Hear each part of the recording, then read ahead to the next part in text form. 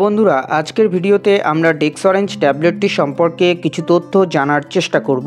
ডেক্সঅরেঞ্জ ট্যাবলেটটি কেন ডক্টরবাবুরা আমাদেরকে খেতে দেন, ডেক্সঅরেঞ্জ ট্যাবলেটটি সঠিক খাওয়ার নিয়ম কি আছে, এই ধরনের বিভিন্ন রকম গুরুত্বপূর্ণ তথ্য ভিডিওটি থেকে আজ জানতে পারবেন। অবশ্যই ডেক্সঅরেঞ্জ ট্যাবলেটটি সম্পর্কে জানতে হলে আমাদের ভিডিওটিকে সম্পূর্ণ শেষ পর্যন্ত মনোযোগ সহকারে লক্ষ্য করুন। মেডিসিন সংক্রান্ত বিভিন্ন রকম তথ্য জানতে ও বুঝতে হলে আমাদের চ্যানেলটিকে কিন্তু অবশ্যই সাবস্ক্রাইব করে রাখবেন। ভিডিওটি আপনার যদি উপকারে আসে অবশ্যই ভিডিওটিকে লাইক করবেন। বন্ধুরা, ডেক্সঅরেঞ্জ ট্যাবলেটটি সম্পর্কে বিস্তারিত তথ্য জেনে নেওয়া যাক।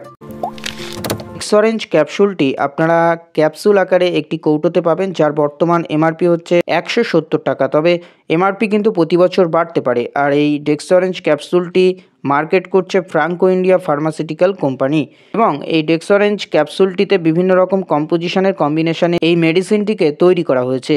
মেন কম্পোজিশনটি হলো হেমাটনিক ক্যাপসুল, এবং এই হেমাটনিক ক্যাপসুলের মধ্যে ফেরিক অ্যামোনিয়াম সিট্রেট দেওয়া আছে, এবং তার সঙ্গে ভিটামিন B12 মলিকুল দেওয়া আছে, ফলিক অ্যাসিড দেওয়া আছে, জিঙ্ক সালফেট দেওয়া আছে। এই প্রতিটি কম্পোজিশন আমাদের হিউম্যান বডিতে বিভিন্ন রকম পর্যায়ে কিন্তু কাজ করে থাকে। ওভারঅল দিক থেকে ডেক্সঅরেঞ্জ ক্যাপসুলটি ডক্টরবাবুরা সেই সকল পেশেন্টদেরকেই দিয়ে থাকে যাদের বিভিন্ন রকম সমস্যা বডিতে ফুটে উঠেছে, এবং সেইগুলি আমরা আস্তে আস্তে ভিডিওর মাধ্যমে জানার চেষ্টা করব। তো প্রথমেই দর্শক বন্ধু আপনাদেরকে বলবো যে এই ডেক্সঅরেঞ্জ ক্যাপসুলটির ব্যবহার ও বেনিফিট সম্পর্কে। ডেক্সঅরেঞ্জ ক্যাপসুলটি বিশেষ করে মহিলাদের ক্ষেত্রে গাইনোলজিস্ট ডক্টরবাবু এবং জেনারেল ফিজিশিয়ান ডক্টরবাবুরা ব্যবহার করে থাকেন। রক্তাল্পতা বা অ্যানিমিয়া সংক্রান্ত মহিলাদের বিভিন্ন রকম সমস্যায় ট্রিটমেন্টের ক্ষেত্রে শরীরের আয়রনের ডেফিসিয়েন্সিকে সচল রাখা, তার ক্ষেত্রে যে কাজগুলিতে করে থাকে। এছাড়া হিমোগ্লোবিন একটি অপরিহার্য উপাদান, যেটা আমাদের রক্তের অক্সিজেন পরিবহনের জন্য দায়ী একটি প্রোটিন। আমাদের বডিতে যদি পর্যাপ্ত পরিমাণে আয়রনের মাত্রা ঠিক না থাকে, তাহলে কিন্তু আমাদের শরীরে বিভিন্ন রকম ক্লান্তি ভাব চলে আসতে পারে, রক্তাল্পতার মতো সমস্যা চলে আসতে পারে, দুর্বলতা ভাব ফুটে উঠতে পারে। এই ধরনের বিভিন্ন রকম সিচুয়েশনে ডক্টরবাবুরা পেশেন্টদের কন্ডিশনের উপর নির্ভর করে ডেক্সঅরেঞ্জ ক্যাপসুলটি প্রেসক্রিপশন করে থাকেন। আর বন্ধুরা, আপনারা যদি ডেক্সঅরেঞ্জ সিরাপ সম্পর্কে বিস্তারিত তথ্য জানতে চান, তাহলে আমাদের আই বাটন বা ভিডিওর নিচে ডেসক্রিপশনের লিঙ্ক থেকে দেখে নিতে পারেন ডিটেলসে।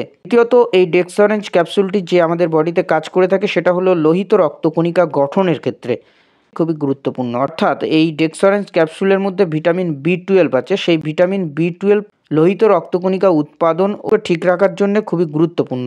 শরীরে যে অক্সিজেন পরিবহন করে, সেই অক্সিজেন পরিবহনের স্তরকে কিন্তু ঠিক রাখে। তাই কোনো পেশেন্টের যদি এই সকল সমস্যা ফুটে ওঠে, সেই সমস্যাকে রিকভার করতে এই ডেক্সঅরেঞ্জ ক্যাপসুলটি ডক্টরবাবুরা দিয়ে থাকেন। তৃতীয়ত, আমাদের স্নায়ুতন্ত্রের সংক্রান্ত বিভিন্ন রকম সমস্যার ক্ষেত্রে কিন্তু ডেক্সঅরেঞ্জ ক্যাপসুলটি খুবই গুরুত্বপূর্ণভাবে কাজ করে থাকে। ফলিক অ্যাসিড আছে।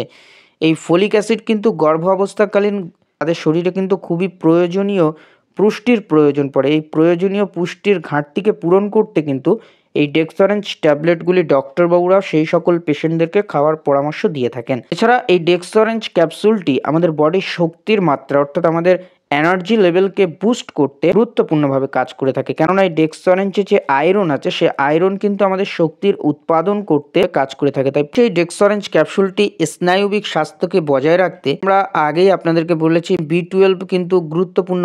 স্নায়ুতন্ত্রকে সঠিকভাবে কার্যকলাপ করতে এবং কাজ করতে এই ডেক্সঅরেঞ্জ ক্যাপসুলটি অনেক ক্ষেত্রে ডক্টরবাবুরা কিন্তু পেশেন্টদেরকে প্রেসক্রিপশন করে থাকেন। এছাড়াও এই ডেক্সঅরেঞ্জ ক্যাপসুলটি ডক্টরবাবুর এক্সপিরিয়েন্সের উপর নির্ভর করে আরও বিভিন্ন ক্ষেত্রে পেশেন্টদেরকে দিয়ে থাকেন। তো দর্শক বন্ধু, এই ছিল ডেক্সঅরেঞ্জ ক্যাপসুলটির মূল ব্যবহার। এরপর আমরা জানবো এই ডেক্সঅরেঞ্জ ক্যাপসুলটি সঠিক খাওয়ার নিয়ম কি আছে। অবশ্যই সেক্ষেত্রে বাবুর প্রেসক্রিপশনের নিয়ম অনুযায়ী কিন্তু আপনারা ব্যবহার করবেন। এই ডেক্সঅরেঞ্জ ক্যাপসুলটি প্রাপ্তবয়স্ক ছেলে এবং মেয়েদের ক্ষেত্রে সিঙ্গেল ডোজে ডক্টরবাবুরা খাওয়ার পরামর্শ দিয়ে থাকেন।